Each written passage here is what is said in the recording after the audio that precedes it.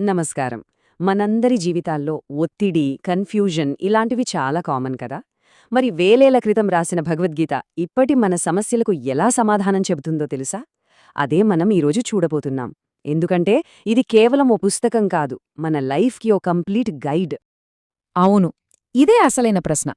వేల ఏళ్ల నాటి వివేకం ఇప్పుడు మన డైలీ లైఫ్ ప్రాబ్లమ్స్ని ఎలా సాల్వ్ చేయగలదు? పదండి, కలిసి చూద్దాం. మనకు కావలసిన ప్రాక్టికల్ సమాధానాలు ఇక్కడే దొరుకుతాయి. సరే, ఈరోజు మనం 4 ముఖ్యమైన విషయాల గురించి మాట్లాడుకుందాం. మొదటిది, పుట్టుక చావుకు అతీతంగా మన గురించి మనం తెలుసుకోవడం. రెండోది, సెల్ఫ్లెస్ యాక్షన్ అంటే నిస్వార్థ కర్మ వెనుక ఉన్న పవర్ ఏంటో చూడటం. మూడోది, మన లోపలి ప్రపంచాన్ని, మన మనసుని ఎలా కంట్రోల్ చేసుకోవాలో నేర్చుకోవడం. ఇక ఫైనల్గా అసలైన శాంతిని ఎలా పొందాలో చూద్దాం. సరేనా? Let's start. ఓకే, మనం మొట్టమొదటగా గీత చెప్పే ఒక బేసిక్ కానీ చాలా పవర్ఫుల్ ఐడియాతో మొదలుపెడతాం. అదేంటంటే, మనం అనుకుంటున్న ఈ శరీరం మనం కాదు. అవును, గీత చాలా క్లియర్గా చెప్తుంది.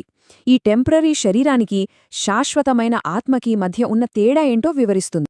చూడండి, శ్రీకృష్ణుడు ఏమంటున్నాడు ఇక్కడ. జ్ఞానులు అంటే నిజానిజాలు తెలిసినవాళ్లు. వాళ్ళు బ్రతికున్న వాళ్లకోసం కానీ చనిపోయిన వాళ్లకోసం కానీ బాధపడరు. ఎందుకని?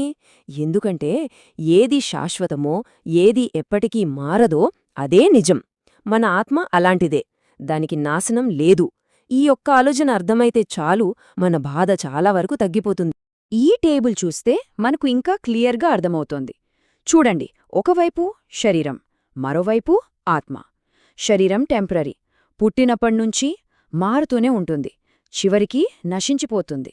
కాని ఆత్మ, దానికి కంప్లీట్ ఆపోజిట్. అది శాశ్వతం. దానికి మార్పు ఉండదు, నాశనం అస్సలే ఉండదు. వావ్! పునర్జన్మ కాన్సెప్ట్నే ఇంత సింపుల్గా, ఇంత బ్యూటిఫుల్గా చెప్పొచ్చా? ఆలోచించండే, మనం పాత బట్టలు తీసేసి కొత్తవి వేసుకుంటాం కదా, ఎంత సహజంగా చేస్తామా పని. అలాగే ఆత్మ కూడా పాత, బలహీనపడిన శరీరాన్ని వదిలేసి కొత్తగాంట్లోకి వెళ్తుంది. అంటే మరణం అనేది ఓ ఎండ్ కాదు, అదొక చేంజ్, ఒక ట్రాన్సిషన్ అంతే. ఓకే, సో మనం ఈ శరీరం కాదు, శాశ్వతమైన ఆత్మ అని అర్థమైంది. మరి ఇప్పుడు ఈ నాలెడ్జ్ని మన డైలీ లైఫ్లో ఎలా వాడాలి? దానికి గీత చెప్పిన మార్గమే నిష్కామ కర్మ, అంటే సెల్ఫ్లెస్ యాక్షన్. మనం చేసే పని ఫలితం మీద ఆశ పెట్టుకోకుండా పనిచేయడమే. అవును, కర్మయోగం అంటే సింపుల్గా ఫలితం గురించి టెన్షన్ పడకుండా మన పని మనం చేయడమే. ఒక చిన్న ఎగ్జాంపుల్ తీసుకుందాం. ఒక స్టూడెంట్ ఉన్నాడు అనుకుందాం. ఎగ్జామ్లో ఫస్ట్ ర్యాంక్ వస్తుందా రాదా అని టెన్షన్ పడుతూ చదివితే ఆ చదువు ఎంజాయ్ చేయలేడు. అదే ఆ టెన్షన్ పక్కన పెట్టి కేవలం సబ్జెక్ట్ నేర్చుకోవడం మీద ఫోకస్ చేస్తే ఆ ప్రాసెస్ ఎంత ఆనందంగా ఉంటుంది. అదే కర్మయోగమంటే. ఈ సెల్ఫ్లెస్ యాక్షన్ని ఒక 3 స్టెప్ ప్రాసెస్ లాగా చూద్దాం. స్టెప్ 1, మన డ్యూటీ ఏంటో దానిమీద ఫోకస్ చేయాలి. స్టెప్ 2, దాన్ని మన బెస్ట్ ఎబిలిటీతో 100% ఎఫర్ట్ పెట్టి చేయాలి. ఇక స్టెప్ 3, ఇదే మనందరికీ కష్టమైనది. ఏంటది? ఫలితాన్ని వదిలేయడం, లెట్టింగ్ గో. నిజానికి అసలైన ఫ్రీడమ్ ఈ 3వ స్టెప్లోనే ఉంది. ఈ ఒక్క వాక్యం భగవద్గీత మొత్తానికి గుండెలాంటిది. పనిచేసే హక్కు మాత్రమే నీకుంది, ఫలితం మీద నీకు అధికారం లేదు. అబ్బా, మన మోడర్న్ లైఫ్లో ఉండే స్ట్రెస్, యాంగ్జైటీకి ఇంతకన్నా మంచి మందుంటుందా? మనం మన ప్రయత్నాన్ని, ఫలితాన్ని వేరుచేసిన క్షణంలో టెన్షన్ పోతుంది, ప్రశాంతత వస్తుంది. సరే, బయట ప్రపంచంలో ఎలా పని చెయ్యాలో చూసాం. కానీ అసలు కథ వేరే ఉందే. బయట చేసే పనులకన్నా మన లోపల, మన మనసులో జరిగే యుద్ధాలే పెద్దవి.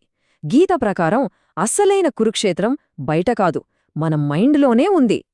మరి మన మనసులో శత్రువులెవరు? వాళ్లే కోపం, అనుమానం, మోహం అంటే అటాచ్మెంట్, ఇంకా అహంకారం. వీళ్ళు నలుగురూ మన ప్రశాంతతను దొంగిలించే దొంగలాంటివాళ్లు. మన పీస్ అండ్ క్లారిటీకి అడ్డుపడేది వీళ్లే. కోపం నరకానికి గేట్వే. ఎంత పవర్ఫుల్ మాట కదా! గీత ఎందుకలా చెప్పిందంటే, కోపం వచ్చినప్పుడు మన బ్రెయిన్ పనిచేయడం ఆగిపోతుంది, మంచి చెడు ఆలోచించే శక్తి పోతుంది. అప్పుడు మనం తీసుకునే నిర్ణయాలు ఎలా ఉంటాయి?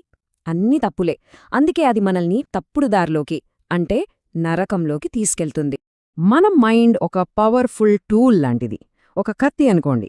దాన్ని మనం మంచికి వాడొచ్చు, చెడుకి వాడొచ్చు.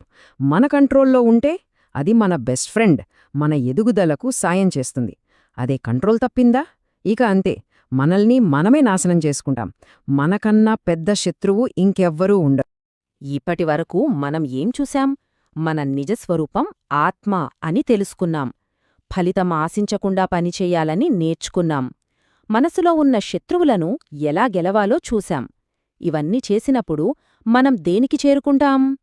జీవితం యొక్క అల్టిమేట్ గోల్, అదే నిజమైన శాంతి, అంతర్గత శాంతి. గీత మొత్తం చదివితే మనకు అర్థమయ్యేది ఒక్కటే: నిజమైన శాంతి అనేది బయటనుంచి రాదు, డబ్బులోనో పేర్లోనో వస్తువుల్లోనో దొరకదు. అది మన లోపల నుంచే రావాలి, మనలోనే ఉంది. ఈ మాట వెల్త్ అంటే సంపదకి మనమిచ్చే డెఫినిషన్ని మార్చేస్తుంది. ఆలోచించండి, ఎవరు అసలైన ధనవంతుడు? కోట్లున్నవాడా? కాదు. ఎవరి మనసైతే ప్రశాంతంగా, నిశ్చలంగా ఉంటుందో వాళ్లే ఈ ప్రపంచంలోకెల్లా రిచెస్ట్ పర్సన్. మానసిక ప్రశాంతతే అసలైన సంపద. సరే, మనం ఇంతసేపు చాలా విషయాలు మాట్లాడుకున్నాం. ఇప్పుడు మనల్ని మనం వేసుకోవాల్సిన ప్రశ్న ఒకటుంది. ఈరోజు మనం నేర్చుకున్న వాటిలోంచి ఒక్కటంటే ఒక్క విషయాన్ని మన జీవితంలోకి ఎలా తీసుకెళ్లగలం? బహుశా చేసే పనిమీద 100% ఫోకస్ పెట్టడమా? లేదంటే కోపమొచ్చినప్పుడు కంట్రోల్ చేసుకోవడమా? లేదా ఫలితం నా చేతిలో లేదు అని అనుకోవడమా?